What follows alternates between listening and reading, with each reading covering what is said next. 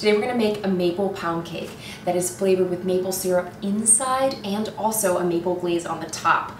It is a nice, dense pound cake texture that is soft and moist and just beautifully flavored with maple. The perfect fall dessert. If you're enjoying this video, please hit the subscribe button below and click the bell icon so that you're notified each time I post a new and delicious recipe. Let's get into it. So first step here is we're going to do the creaming method. So we are going to cream our butter and sugar. And I've got my butter here. I'm just going to pop this in and see how tempted it is. It's not the worst, it's not the best. I'm just going to give this a twirl about beforehand because it's not totally temp, so I want to kind of get it loosened up a little bit before I add my sugar. Alright. Now while that mixes, we are going to combine our dry ingredients. I've got AP flour here, kosher salt, a little bit of baking soda, and cinnamon. Go ahead and give that a little whisk. She's done. Perfect. Our butter is kind of finished softening. It's cool but softened, and that's kind of important here because you want to make sure that your butter and sugar aren't like light and fluffy. We want like a nice dense pound cake, and if you kind of cream like you would a normal cake, you're going to get a lot of air trapped between the particles, and you're going to get a light and fluffy pound cake, which is not what we want. No. In it goes, a sugar. I started slow so the sugar doesn't fly everywhere. It's a lot of sugar. And then gradually turn it up. What we're looking for is like a nice paste. We're like a sugar and butter paste here. If your butter is too softened, then you're really going to want to have to be very careful because otherwise you will just, you know, cream it instantly basically. Yep. Alright, we're going to start adding our eggs. One at a time. I'm going to let those beat in. Another one. It is a lot of eggs. You want to make sure that you are, you know, giving them an ample opportunity to combine in the sugar. If you add them too fast, then your batter will kind of curdle, like mine did in my pumpkin cupcakes. So if you want to see that happen. Okay, nice. Add the next one. This one. So with this last egg, we'll add our vanilla extract. Alright, and then we are going to, so you see it's nicely combined, we're going to start adding our maple syrup. This is going to break the batter. Yeah, it's a lot. Maple is one of my favorite flavors. Go ahead and scrape that down. Alrighty. And then we are going to turn that down to low, and we're going to alternately add our dry ingredients and our sour cream. Yes. You don't want to let it completely incorporate before you add the next round. You want to make sure you're kind of continually adding just to make sure it doesn't over-mix. I like to go ahead and just stop it before I add the last of the sour cream. And carry on. As we work, be a nice thick batter. Go ahead and get the last of your flour in there. And then I'm going to finish mixing this by hand. Alright, go ahead and give that a fold.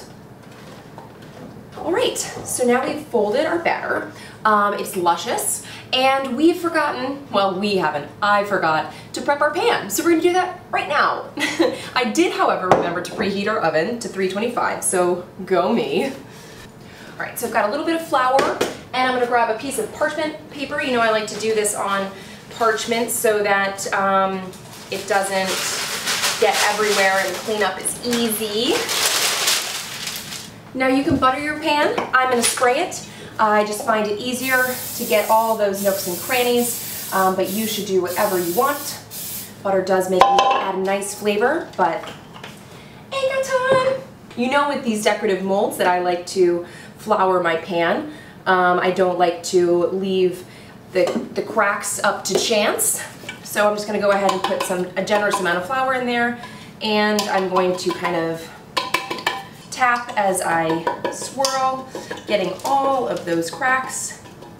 Make sure that you try and get it on the center kind of pedestal thing.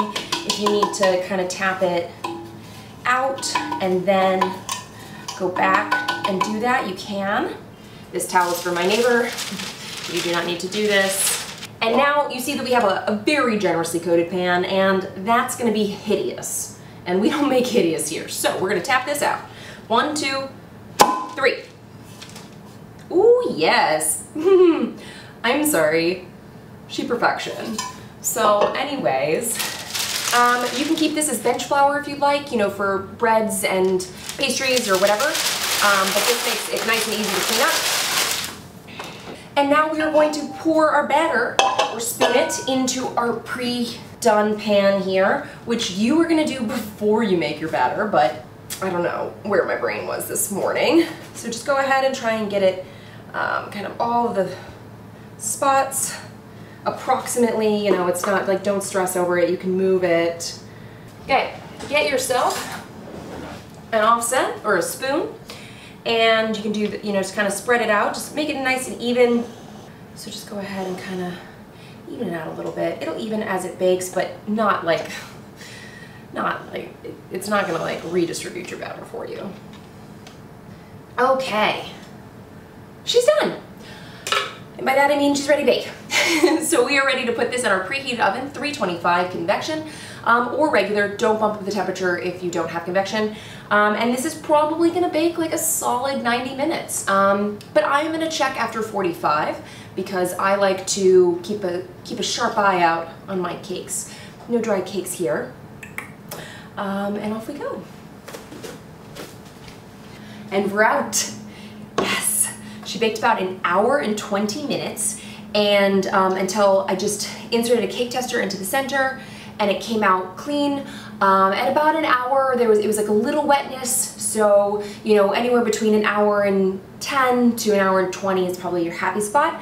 And now we just have to let her cool completely. I know, sad but true. She's cooled completely, and we are ready to unmold her. If you see any bits that look like they're stuck, you might want to just go ahead and kind of poke them. If you want to level this off, you can, but I just want all the cake all up on my plate, so I am not going to do that. So grab your favorite cake stand or pedestal or plate, whatever, and let's turn her out. Okay. Do I want to cut you a little bit? Maybe. Maybe I do. Texture is amazing though. Holy moly. Okay. Great. Now that we've done that, I'll put up with a little nonsense for a delicious cake. All right. So you could leave it just like this. You could adorn it with a little powdered sugar, but I want to make just a really quick and simple, easy maple glaze, just to kind of highlight some of those ridges and really just accentuate her beauty. Maybe we'll put pecans on top. All right, we are gonna make a quick maple glaze to go on top. I want it to be a little loose. I don't want it to be like a thick, serious glaze. I just want it to be like a nice little, slightly lighter maple topping, right? So I am going to just do this right into a measuring cup. Is this accurate? No, but it's good enough. And that's what we're gonna do. Because also this is gonna make it really easy to pour. That is just confectioner's sugar. We're gonna do about a tablespoon of maple syrup, and then a teeny tiny little pinch of salt. And then we're gonna use a little bit of milk. Start with just a tiny amount and just go from there. Just give it a little whisk. Oh, yes. Okay. And then a little bit more milk, just a touch. Now, this is a beautiful color, but I want it to be a little thinner. That's gonna kind of run in clumps, and I want a little bit more of an even coating, right? But you could stay here, like literally like a teaspoon, not even a teaspoon more. Yes, you see how nicely that runs, just smoothly, like really, really smooth.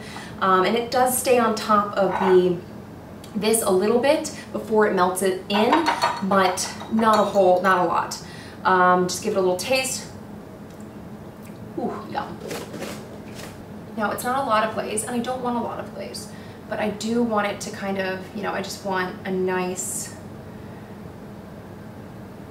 just a little drizzle, just like a little something of interest, right? Nothing crazy. Doing it from the pour thing is nice because then you get like a really controlled application, right? I don't want to cover all of the cake up, right? Like I just want like a little, just a little bit. All right, that's it. Now I'm just gonna let this glaze set just a little bit before we cut it, but you can 100% cut it right now. I'm just gonna let it kind of do its thing for a minute, and then we'll cut this. It is time to try. The glaze is set for like 20 minutes. You could cut it right away. You could let it set for an hour. It doesn't really matter. But I'm ready to try this. Very excited. Let's see. How do I want to slice you? Oh yeah, oops. You know, a serrated knife might be better with this.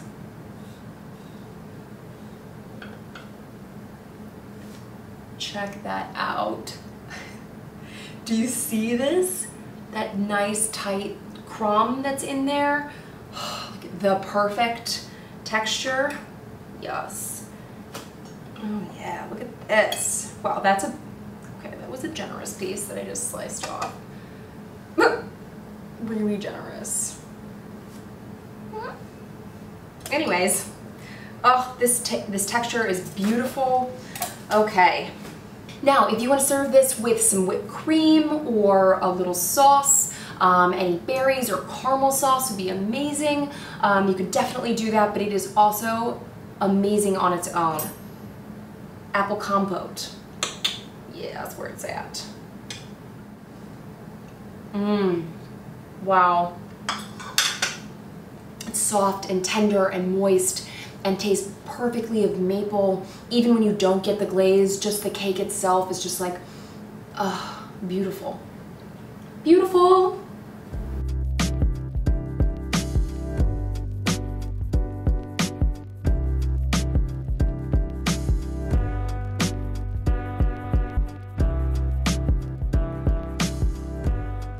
Now you know with these decorative, holy vegeline, luscious. Okay.